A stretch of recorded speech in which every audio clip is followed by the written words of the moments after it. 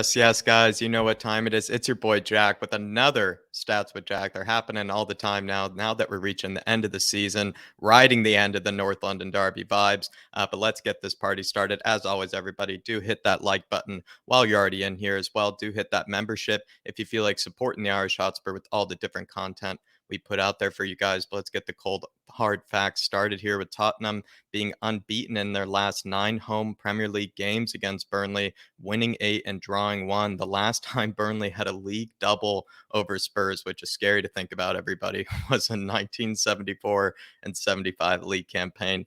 I would, I don't know. Sometimes you think those sort of things are written in the stars, but I hate to say it out loud. The last time Spurs lost 2 consecutive final home games of the season was in our 1992 93 season through our 1993-94 campaign. So that was the last time we lost 2 consecutive final home games of the season. Last season we lost 2-1 at home against Aston Villa. If we were to repeat this again, that would the last time we did that was back in the early 90s. Burnley has conceded fewer goals than Man United, Leicester City, Brentford, Newcastle, and Southampton. And if you can tell, what they all have in common is that they're plenty ahead of Burnley in the table, which shows that Burnley have a much tougher defense than maybe we probably give them credit for. In terms of the head-to-head record, all-time record versus Burnley: 51 wins, 28 drawn, 42 lost. Last 5 fixtures, we lost 1-0, and of course, just an embarrassing result, and one that did not really probably show the best of Conte, I must be honest, either. We did win 1-0 under Nuno again and earlier this season over at Turf Moor, won 4-0 the last time it was, I believe, at home, and then won 1-0 at Turf Moor, and then a draw, I believe, at home at one stage as well. So Burnley, it's a tricky customer. Not actually too tough for us away from home, except for the most recent fixture. But maybe they can surprise us, is what this kind of shows. Conte's record versus Burnley: 2 wins, 1 draw, and 2 defeats. Again, also kind of a thing there. Burnley can surprise a few, and I do have a bit of a soft spot for them, I must say, and I do kind of root for them to stay alive every season. But we're going to probably just going to have to put them down, put them back into the championship to put in a good result. But it will be a 3-4-3 against a 4-4-2 here. Of course, with Burnley, it's kind of tough to predict the lineup, you could say, but in the case of Maxwell Cornet, he is available. I think they should start with him. I reckon they won't. He isn't really seemingly the one that they do start with. They kind of put him in the end of the game to pick up a goal, but we will talk about why I think they should start with them. They're going to go with that 4-4-2. Veghorst up top, McNeil out wide with Aaron Lennon making a return to Spurs. Brownhill and Cork in the middle. And I do think it's going to be Tarkovsky and Collins in the back. And this one, Nathan Collins, a young 21-year-old Irish international, I believe, Connor Roberts, and then Charlie Taylor out wide for Burnley. In terms of the unsung hero for Burnley, it's got to be Maxwell Cornet. I mean, it's really tough to kind of pick out an unsung hero for Burnley. It's not been a great season, but when you look at the fact that he's only played 16.7 full 90s in the Premier League this season, he's actually played fewer minutes than majority of other Burnley players. In fact, he hasn't really played many minutes at all, despite having the most goal contributions with 9 in the entire squad, despite having the most shots on target, despite having the most progressive passes received. He hasn't played very many minutes. I'm not sure why that is. Don't really watch Burnley too much, despite my soft spot for them. But I think Maxwell Cornet certainly has proven his worth with very little time that he's been given. Whereas someone like maybe a Leon Bailey, you would compare it to, hasn't been given a lot of time either, but hasn't done very much with it. Whereas Maxwell Cornet, when he's been given the time, has done a whole lot with it. I'll tell you that. Players dribble pass as well. He, again, with how little he's played, the fact that he's already fourth in the entire Burnley squad, very, very impressive. But Maxwell Cornet, somebody who, if they were to score a goal, this would be the guy that I could expect to do it, because he's done it with very little opportunities, or very few opportunities, and he's been very clinical for them. In the case of Dwight McNeil, though, not very, or very, very obvious as the key player, has the most shot creating actions in the entire Burnley squad, the most crosses, the most switches of play, the most players dribble pass, the most progressive carries, and the most pressure. So a lot of things to break down there. The fact that he works the hardest is very interesting when at least it comes to the pressures. progressive carries. He's the best guy getting them up the pitch, with just carrying the ball forwards. In the case of, being able to ping a pass or even play those dangerous passes, it's going to come from Dwight McNeil. No one else in terms of playing balls into the box, getting those balls into Wout Weghorst. It's going to be Dwight McNeil. Everything goes through Dwight McNeil. Not a big surprise there, but continuing again to have very, very poor numbers in terms of goals and assists, but his underlying numbers have always been fantastic. And someone who I think maybe if we were going after left wing backs, Dwight McNeil, maybe on the market, could actually take a look at him. He's not a bad player. I've always been kind of a fan of McNeil. I think he does a lot for this team and could really have a future as a left wing back, perhaps in a Conte system. Let's move on though to maybe some of the threats, of course, for Burnley. And one of them is going to be McNeil's kind of quality delivery from those wide areas. Whenever they're kind of leading a counterattack, Burnley, they do kind of move very, very quickly, and they'll take a pass that's very risky. And most of the time, this pass won't really go off, but they'll go for it because they need to get the ball up quickly without maybe sacrificing too many players going forward. They would rather send just a few players forward and see if they can kind of nick a goal instead of, sending the whole team and kind of break the shape and break that line. So that's what we're kind of going to show here is that Tarkowski kind of steps up, wins the ball from, a pass into Decky. McNeil, they get it out wide immediately to McNeil. I believe he's one of the most targeted players in the entire team as well. They get it out wide to McNeil. McNeil eventually gets caught up with Sanchez and then plays, kind of a desperate pass to Weghorst. Weghorst takes it down with a bit of class and is able to put it away. But that is one of the major threats, at least when it comes to Burnley, is McNeil's delivery. It could also come from set pieces, of course, everybody, but it is kind of hard to replicate the set pieces kind of on this kind of animation tactics board. But the other one is going to be Cornet's kind of ability just to pop up with a goal. Like I said, everybody, again, has played so few minutes, but has the most goals in the entire squad and will finish with the most goals in the entire squad, likely. In this case, what I've kind of gone for is actually a goal I've seen them score before at one stage. I think it started with the Charlie Taylor kind of ball over the top. Goes to Cornet first. Corner kind of plays it back into someone at the top of the box. They immediately feed him back in, and then he goes for a spectacular finish, I think, across Lloris for the goal there. I've seen him actually score this before, so they could replicate it again. Again, I don't really see Burnley scoring this one. I could see them holding us maybe to kind of a spicy 0-0 or, at least keep it 0-0 for a while. But for them to score, it's going to more likely come from a set piece than anything from open play. But if they were to score an open play goal, it could be through Maxwell Cornet, and I don't think people would probably dispute me on that one. But how can Spurs win this game? Of course, let's look into Spurs' formation. It's basically just going to be the same thing as last time, apart from Sanchez being in the lineup. Again, everybody, Romero and Reguilon out for the remainder of the season. Really big blow, especially Romero, because in these sort of games, you think Romero is kind of that guy that helps us so much in possession in these sort of games. And Sanchez, can he be that guy to do it? He was, he did it against the scum, in the North London derby, but can he pull it off against a team like Burnley? I'm not sure. He'll have to prove us wrong again, but that will be a big, big player to look out for. Emerson and Sessegnon, the same thing. They have done really well when they've had space and green grass in front of them. Won't be the case with Burnley, and we'll see how they deal with that. It'll be a very different game for them. But everybody, while we kind of move into kind of, how can Spurs win this game, it is a time to send a message from our sponsors over at Manscaped. Everybody, do head on over to manscaped.com. Use that code FLATCAP, get 20% off over there, plus free shipping. They have so many different goodies over there that you can get, not just the performance package, which we do recommend. They were kind enough to send that over to us and to test us out. Test it out ourselves. We, of course, really enjoy it, but there's plenty of other things that you can use that 20% off for. I know Dan Coy's used it. Plenty of other members of the Harris Army have. So if you feel like you need to upgrade, maybe get something else, use that 20%. Use that code FLATCAP. Again, let's watch the Fellas, sit down and listen up. We were all over the place out there, and there is hair everywhere. This is the biggest battle of your lives. We are in hell right now, gentlemen.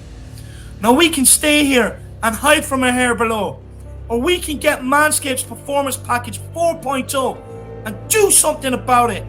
Fight back 1 inch at a time. Now I can't do it for you, but I look around and I see your faces and I see the shame.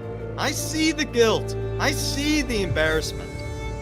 But thankfully, we at the Irish Hotspur have teamed up with Manscaped to help you inch by inch, pube by pube. We know when you get old in life, hair grows and grows and grows. It's a natural part of life, minute by minute, day by day. The pubes, they just keep on growing and growing. Not only on the crown jewels, but the hair grows in your nose, in your ears as well. We also know, though, that life is busy every minute, and every second counts. And it can be easy to neglect yourself, gentlemen. But you will find out that in life, if you don't love yourself, no one else will love you. And that is life. And life is a game of inches. Manscaped is crucial, and the margin for error is so small for the inches we need. When you add up all them inches, that's the difference between giving someone a good time and giving someone a time they will never, ever forget. So on this team, we fight for that inch. And we use the weed whacker for that inch. And we use the plow 2.0 for that inch. And we use the lawnmower 4.0 for that inch. We know, once we add up all them inches, that Manscaped is the difference between winning and losing. Between going home alone or going home with someone. On any given night, it's the guy willing to die for a hairless body who wins that inch. And then I know, if I'm going to have the best chance at life, it's because I am grooming for that extra inch. Because that's what living is, gentlemen. It's that 6 inches in front of your face. But tonight, look at your partner. Look at them in the eyes. They will see a guy who's willing to go that inch for them. They will see a guy who's part of the Manscaped team. And that guy, that teammate, uses the ball reviver and he uses the ball toner to achieve that desired finish for them and for you. Because you know, when it comes to it, they do the same thing for you. That's what a team is, gentlemen. The moral of the story is that in life, inches matter. So trim that bush. Let's get after them pubes. It's Manscaped, guys. That's all it is. Now what are you going to do? There you are, everybody. Use that code FLATCAP and you will get 20% off over at manscaped.com. Really appreciate it, Manscaped, for sponsoring yet again the Irish Hotspur over here and sponsoring another episode of Stats with Jack. Again, everybody, so many goodies over there. The weed whacker, as well as, for the nose, for the ears, things, body wash, cologne, plenty of things that are even not just for the down under, plenty of other goodies out there. So please head on over to Manscaped.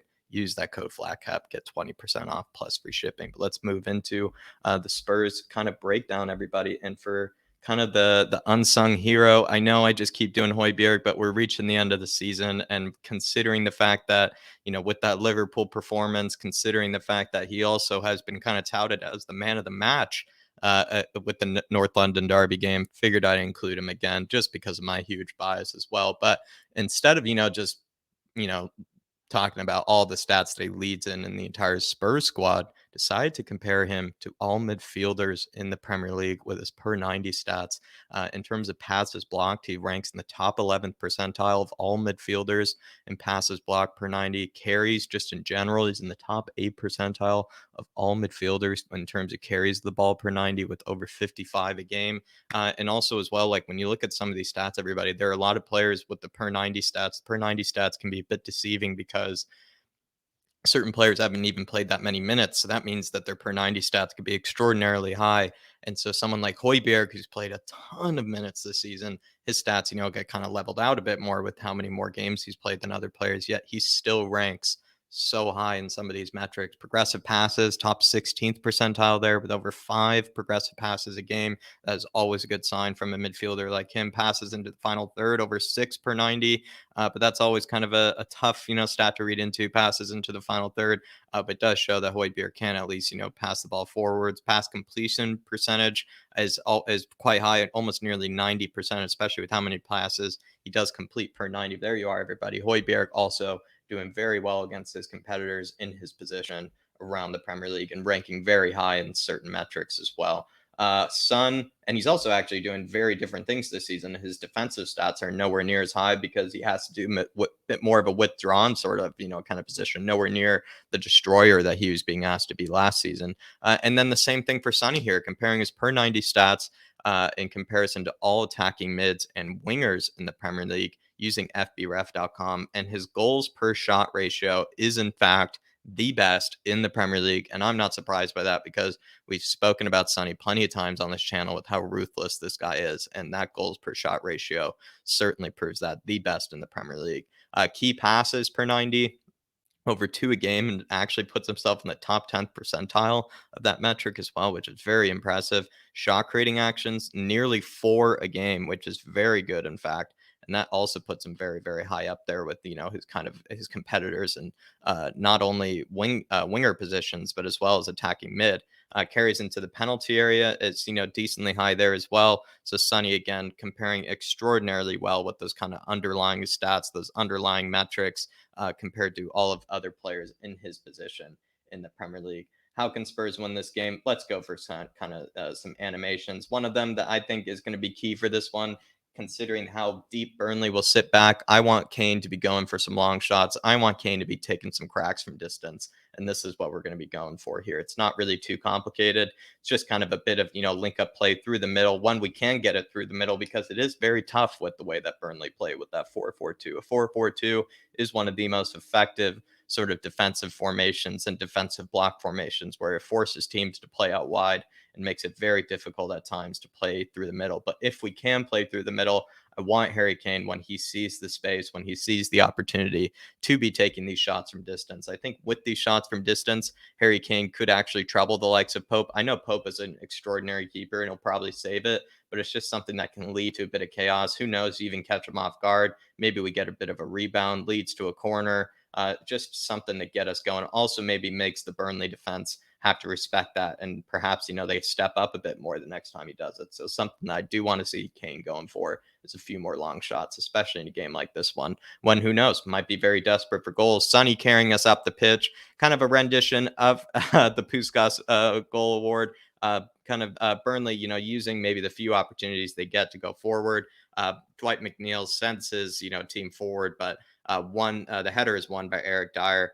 Sonny kind of collects the counterattack. And we've actually pointed this out in the very beginning of the season about where sometimes Sonny will position himself. He will position himself in that area to pick up the ball when we are leading these counterattacks from these sort of areas. Hoiberg feeds Sonny. Sonny just drives up the pitch and eventually just feeds Kulu. So it's kind of like a surging run, similar to the Puskas. But this time he, is able to find, the pass to Kulusevski, and Kulusevski is able to put it away. But let me know what you think of this one. Sonny just absolutely surging through the midfield. It's glorious to see. And it is actually quite realistic because that is where he positions himself quite often when we do have these sort of counterattacking goals, especially during the days of Lucas. He would put himself there. He didn't play as much through the middle nearly, or didn't position himself nearly as much through the middle when we had Lucas. So this is kind of, back in the old days under Conte to a degree, what we would kind of go for. But let's move on into the next part of the show, which is the players to target. And in terms of the players to target, I've picked out Nathan Collins, the Irish international, 21 years old,